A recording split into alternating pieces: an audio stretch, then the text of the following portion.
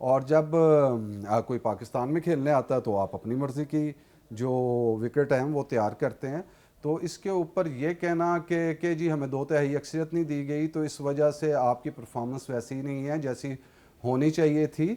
تو اس کے حوالے سے تو صرف اتنا ہی ہے کہ آپ اپنی اداؤں پہ بھی غور کریں کہ عوام سے جو آپ نے وعدے کیے تھے اس میں آپ کہاں تک کامیاب ہیں, کب تک آپ اپنا یہ بیانیہ عوام کو بیچ کے راضی کر سکیں گے کہ پچھلے حکمران جو ہیں وہ چور تھے.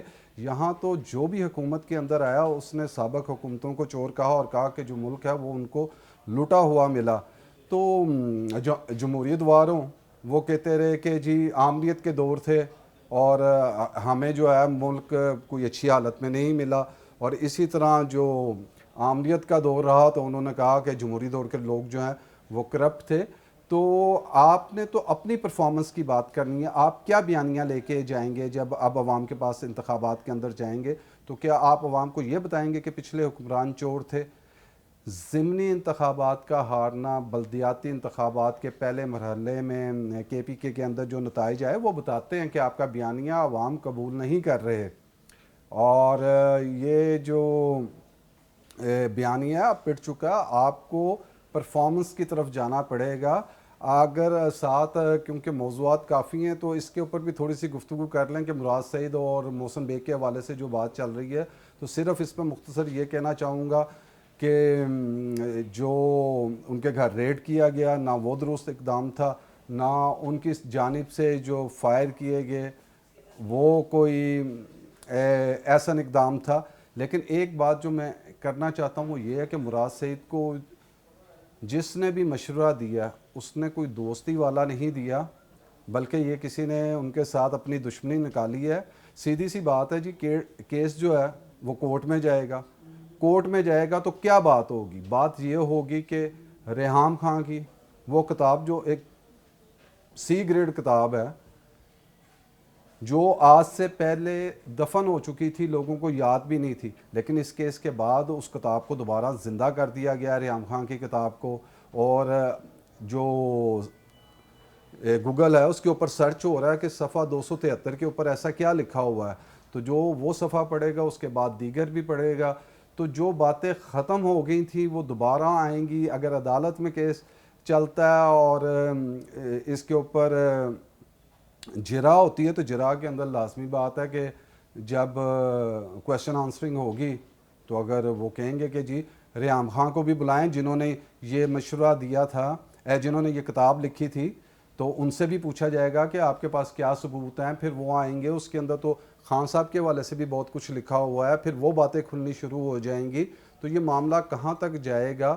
یعنی ایک گند ہے اس کو آپ نے پھر کریدنا شروع کر دیا اور اس گند میں سے گند ہی نکلے گا, اور اس گند کا نقصان بھی تحریک انصاف کو ہی ہوگا.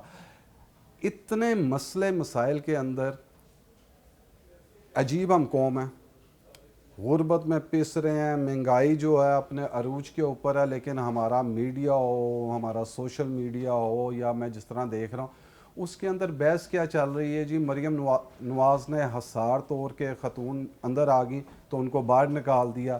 اچھا جی, مریم نواز کیا ٹویٹ کر رہی ہیں اور کیا بات ہو رہی ہے نون لیگ کی جانب سے کہ جی بل گیٹس جو ایک مہمان کے طور پہ آئے ہیں, ان کے سامنے جو بڑے تکبر کے انداز میں جو ہیں وہ وزیر اعظم بیٹھے ہوئے ہیں.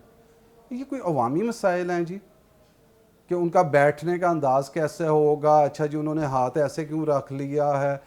اگر مریم نواز کے پاس کوئی خاتون آ گئی ہے اور جو اخبارات میں دیکھا تو اس کے اندر جو میں نے خبر پڑھی اس کے اندر لکھا جی حصار توڑ کے جو ایک خاتون ان کے پاس آ گئی اور انہوں نے ان کو باہر نکالنے کا کہہ دیا. تو ٹھیک ہے, سیکیورٹی لیول اگر ایک حصار کے اندر آ گئی ہیں, وہ نہیں کرنا چاہتے, انہوں نے باہر نکال دیا. اسی طرح خان صاحب بیٹھے ہوئے تو ایسی کوئی بات بھی نہیں ہے جس کے اوپر تنقید کی جائے, اور جہاں تنقید کرنی چاہیے وہاں تو اپوزیشن تنقید نہیں کرتی. لوگ سوال کرتے ہیں کہ اتنی مہنگائی کے بعد بھی جو ہے وہ عوام کیوں نہیں بات نہیں کر رہے. تو سیدھی سی بات ہے جی, حکمرانوں سے تو جو ہے اور ان کی پالیسیوں سے عوام سخت نالاں ہیں, لیکن ان کو اپوزیشن کے اوپر بھی اعتماد نہیں ہے. سب کو پتہ ہے کہ یہ اپنے اقتدار اور مفادات کی لڑائی لڑ رہے ہیں, نہ کہ عوام کی لڑائی لڑ رہے ہیں. اس لیے ان کی اپیل کے اوپر بھی اس مہنگائی کے بعد بھی جہاں اب حکمران ان سے قربانی مانگتے ہیں تو قربانی کے نام پہ ان کے پاس جان دینے کے علاوہ کچھ نہیں رہ گیا.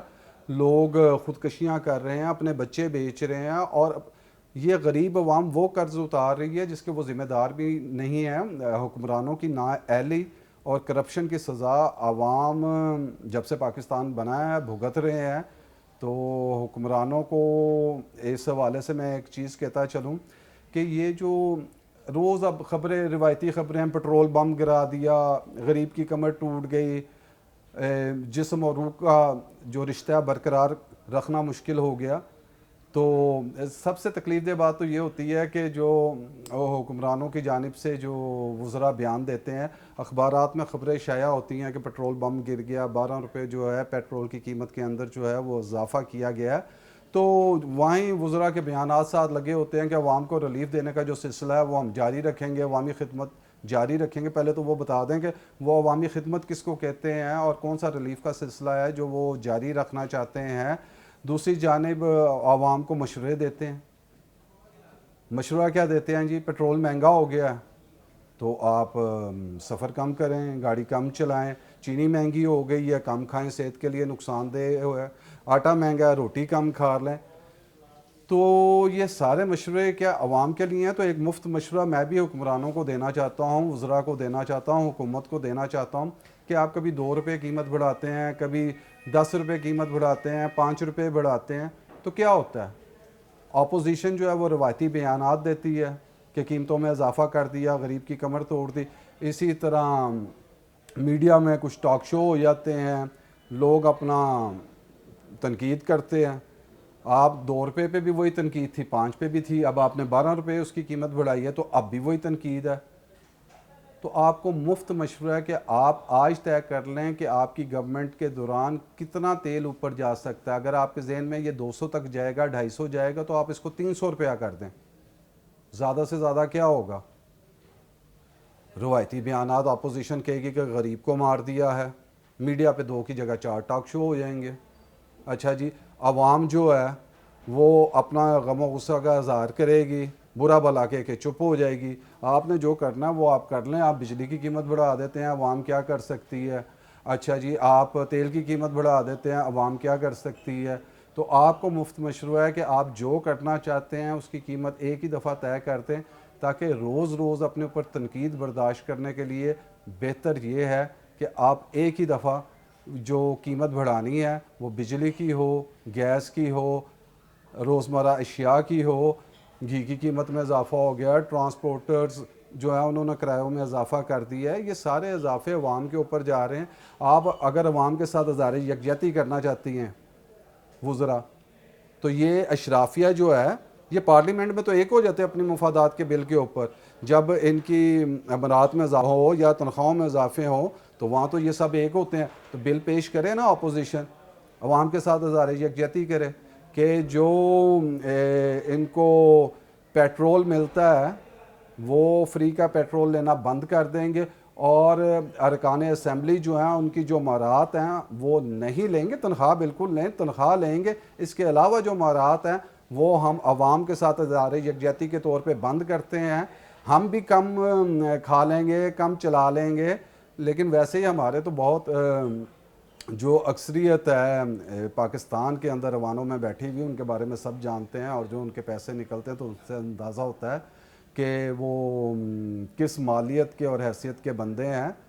اور آخر میں صرف کیونکہ سوشل میڈیا پہ بڑی ایک کمپین رہتی ہے کہ باہر جو لوگ بیٹھے ہوئے ہیں وہ بڑی تنقید کرتے ہیں کہ باہر زندگی گزارنا بڑا مشکل ہے, باہر بڑی مہنگائی ہے, پاکستان تو سستا ہے. تو ان سے بھی صرف ایک ریکویسٹ ہے کہ بھائی کیوں ماں باپ سے, رشتہ داروں سے دور باہر بیٹھے ہوئے ہیں؟ اگر پاکستان اتنا سستا ملک ہے تو چھوڑیں باہر کے ملک کو, اس سستے ترین ملک میں واپس آئیں اور اپنی زندگی کو بھی آسان بنائیں.